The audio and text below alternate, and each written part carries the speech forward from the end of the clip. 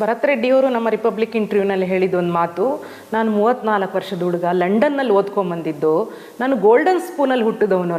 ನನ್ನ ತಂದೆ ಅಷ್ಟು ದೊಡ್ಡ ಶ್ರೀಮಂತರು. ನನ್ನಂಥ 34 ವರ್ಷದ ಯುವಕ 63 ವರ್ಷದ ಜನಾರ್ದನ್ ರೆಡ್ಡಿಯವ್ರ ವಿರುದ್ಧ ಷಡ್ಯಂತ್ರ ಮಾಡೋದು, ಪಿತೂರಿ ಮಾಡಿ ಕಾಲು ಕೆರ್ಕೊಂಡು ಜಗಳಕ್ಕೆ ಹೋಗುವಂಥವನಲ್ಲ ನಾನು. ಅಷ್ಟು ತುಂಬ ಸೆನ್ಸ್ ಇರೋನು ನಾನು. ಮತ್ತು ನೀನು ಸೆನ್ಸ್ ಇರೋನು ಆಗಿದ್ದರೆ ನೀನು ಸತೀಶ್ ರೆಡ್ಡಿ ಗ್ಯಾಂಗನ್ನೇ ಯಾಕೆ ಕಳಿಸಿ ಫೈರಿಂಗ್ ಮಾಡಿಸ್ತಿ ಮನೆ ಹತ್ರ? ನಿನಗೆ ಸೆನ್ಸ್ ಇದ್ದಿದ್ರೆ ನೀನು ಒಬ್ಬ ಮುನ್ಸಿಪಾಲ್ಟಿ ಅಧಿಕಾರಿನ 4 ಮಂದಿ ಪೊಲೀಸರನ್ನಿಟ್ಟು ಪಬ್ಲಿಕ್ ಪ್ರಾಪರ್ಟಿನಲ್ಲಿ ಬ್ಯಾನರ್ ಹಾಕೋದಿದ್ರೆ ಅವ್ರು ಬಂದು ಬ್ಯಾನರ್ ಹಾಕಬೇಕು. ರೌಡಿ ಗ್ಯಾಂಗ್ಗಳು ಯಾಕೆ ಬರ್ತಾರೆ ಅಂದರೆ ನೀವು ಕೆದ್ಕೋದಿಕ್ಕೆಲ್ಲ ನೀನು ಬಂದಿದ್ದು. ತಾವೇ ಹೇಳಿಮ್ಮ, ನೀವು ಆ್ಯಸ್ ಎ ಮೀಡಿಯಾ ಪರ್ಸನ್ ನೀವೇನಾದರೂ ಒಂದು ಕೆಲಸ ಮಾಡಬೇಕಂದ್ರೆ ನೀವು ಫಸ್ಟು ಪೊಲೀಸ್ ಅವ್ರಿಗೆ ನೀವು ತಿಳಿಸ್ತೀರೇ ಇಲ್ಲ. ಒಂದು ಪಬ್ಲಿಕ್ ಫಂಕ್ಷನ್ ಮಾಡಬೇಕು, ರಿಪಬ್ಲಿಕ್ ಟಿ ವಿ ಆ್ಯನಿವರ್ಸರಿ ಇದೆ ಅಥವಾ ರಿಪಬ್ಲಿಕ್ ಟಿ ವಿ ಅವಾರ್ಡ್ಸ್ ಇದೆ, ಏನಾದರೂ ಇದೆ ಅಂತಂದರೆ ನೀವೇನು ಮಾಡ್ತೀರಿ? ಪೊಲೀಸ್ಗೆ ಇಂಟಿಮೇಷನ್ ಕೊಡ್ತೀರಿ, ಇಂಥ ಕಡೆ ಕಾರ್ಯಕ್ರಮ ಮಾಡ್ತಾ ಇದ್ದೀವಿ ಅಂತ ಹೇಳ್ತೀರಿ, ಇಂಥ ಕಡೆ ನಾವೆಲ್ಲ ಬೋರ್ಡ್ಸ್ ಹಾಕ್ತಾ ಇದ್ದೀವಿ ಅಂತ ಹೇಳ್ತೀರಿ, BBMP ಪರ್ಮಿಷನ್ ತೊಗೊಳ್ತೀರಿ. ಇವೆಲ್ಲ ಸಹಜವಾಗಿ ಆಗುವಂಥದ್ದು. ಸೊ ನೀನು ನ್ಯಾಯಯುತವಾಗಿ ಇದ್ದಿದ್ರೆ, ಕೆದ್ಕೋದಿಕ್ಕೆ ಇಲ್ಲ ಅನ್ನೋದೇ ಆಗಿದ್ದರೆ ನೀನೊಬ್ಬ ಮುನ್ಸಿಪಾಲ್ಟಿ ಅಧಿಕಾರಿಗಳಿಗೆ ಹೇಳಿ ಪೊಲೀಸರ ಸಮಕ್ಷಮದಲ್ಲಿ ಪಬ್ಲಿಕ್ ಪ್ರಾಪರ್ಟಿನಲ್ಲಿ ನೀನು ಬ್ಯಾನರ್ ಆಗಬೇಕಾಗಿತ್ತು. ಭರತ್ ರೆಡ್ಡಿಯವರು ನಮ್ಮ ರಿಪಬ್ಲಿಕ್ ಇಂಟರ್ವ್ಯೂನಲ್ಲಿ ಹೇಳಿದ ಒಂದು ಮಾತು, ನಾನು 34 ವರ್ಷದ ಹುಡುಗ, ಲಂಡನ್ನಲ್ಲಿ ಓದ್ಕೊಂಬಂದಿದ್ದು, ನಾನು ಗೋಲ್ಡನ್ ಸ್ಪೂನಲ್ಲಿ ಹುಟ್ಟಿದವನು. ನನ್ನ ತಂದೆ ಅಷ್ಟು ದೊಡ್ಡ ಶ್ರೀಮಂತರು.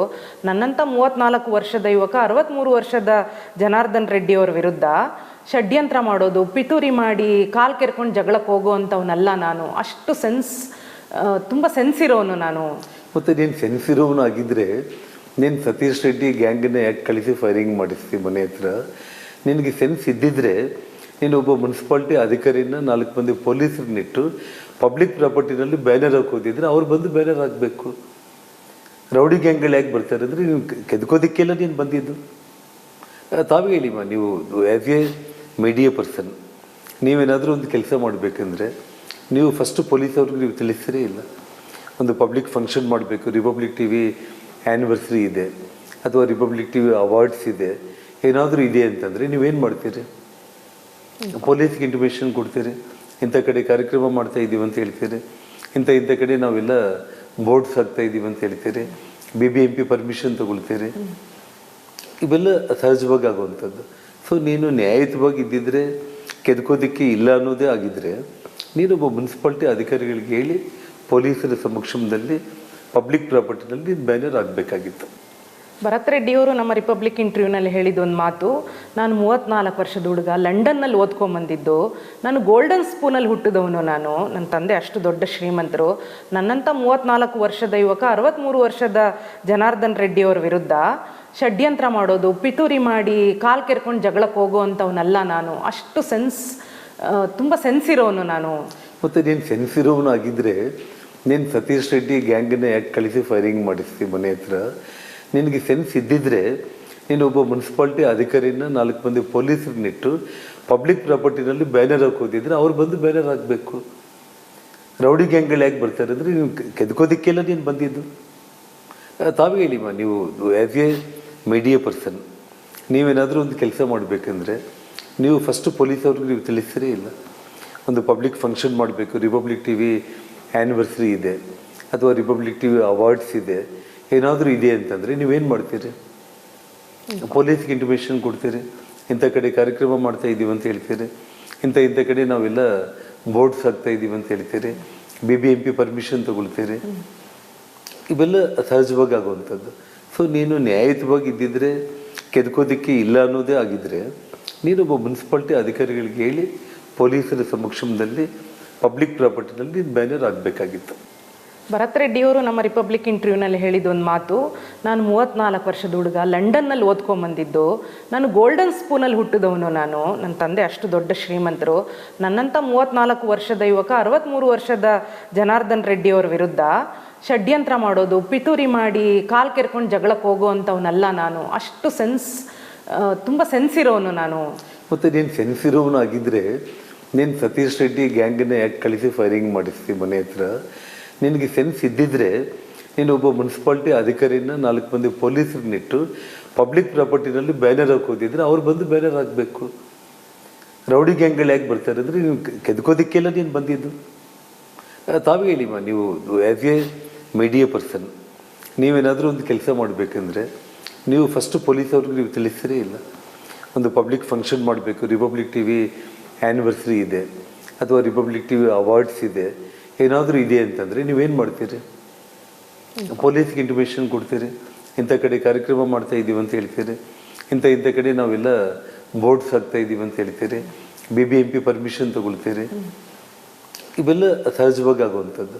ಸೊ ನೀನು ನ್ಯಾಯಯುತವಾಗಿ ಇದ್ದಿದ್ರೆ, ಕೆದ್ಕೋದಕ್ಕೆ ಇಲ್ಲ ಅನ್ನೋದೇ ಆಗಿದ್ದರೆ ನೀನೊಬ್ಬ ಮುನ್ಸಿಪಾಲ್ಟಿ ಅಧಿಕಾರಿಗಳಿಗೆ ಹೇಳಿ ಪೊಲೀಸರ ಸಮಕ್ಷಮದಲ್ಲಿ ಪಬ್ಲಿಕ್ ಪ್ರಾಪರ್ಟಿನಲ್ಲಿ ಬ್ಯಾನರ್ ಆಗಬೇಕಾಗಿತ್ತು. ಭರತ್ ರೆಡ್ಡಿಯವರು ನಮ್ಮ ರಿಪಬ್ಲಿಕ್ ಇಂಟರ್ವ್ಯೂನಲ್ಲಿ ಹೇಳಿದ ಒಂದು ಮಾತು, ನಾನು 34 ವರ್ಷದ ಹುಡುಗ, ಲಂಡನ್ನಲ್ಲಿ ಓದ್ಕೊಂಬಂದಿದ್ದು, ನಾನು ಗೋಲ್ಡನ್ ಸ್ಪೂನಲ್ಲಿ ಹುಟ್ಟಿದವನು. ನನ್ನ ತಂದೆ ಅಷ್ಟು ದೊಡ್ಡ ಶ್ರೀಮಂತರು.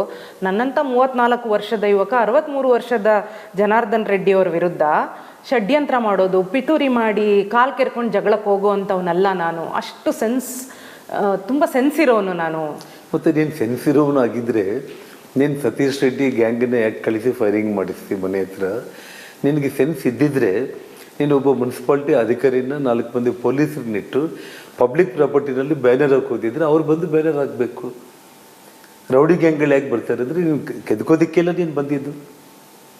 ತಾವೇ ಹೇಳಿಮ್ಮ, ನೀವು ಆ್ಯಸ್ ಎ ಮೀಡಿಯಾ ಪರ್ಸನ್ ನೀವೇನಾದರೂ ಒಂದು ಕೆಲಸ ಮಾಡಬೇಕಂದ್ರೆ ನೀವು ಫಸ್ಟು ಪೊಲೀಸವ್ರಿಗೆ ನೀವು ತಿಳಿಸ್ತೀರೇ ಇಲ್ಲ.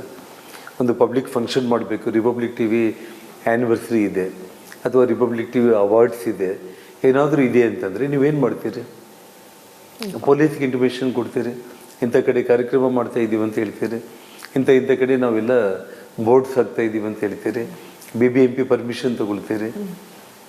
ಇವೆಲ್ಲ ಸಹಜವಾಗಿ ಆಗುವಂಥದ್ದು. ಸೊ ನೀನು ನ್ಯಾಯಯುತವಾಗಿ ಇದ್ದಿದ್ರೆ, ಕೆದ್ಕೋದಕ್ಕೆ ಇಲ್ಲ ಅನ್ನೋದೇ ಆಗಿದ್ದರೆ ನೀನೊಬ್ಬ ಮುನ್ಸಿಪಾಲ್ಟಿ ಅಧಿಕಾರಿಗಳಿಗೆ ಹೇಳಿ ಪೊಲೀಸರ ಸಮಕ್ಷಮದಲ್ಲಿ ಪಬ್ಲಿಕ್ ಪ್ರಾಪರ್ಟಿನಲ್ಲಿ ಬ್ಯಾನರ್ ಆಗಬೇಕಾಗಿತ್ತು.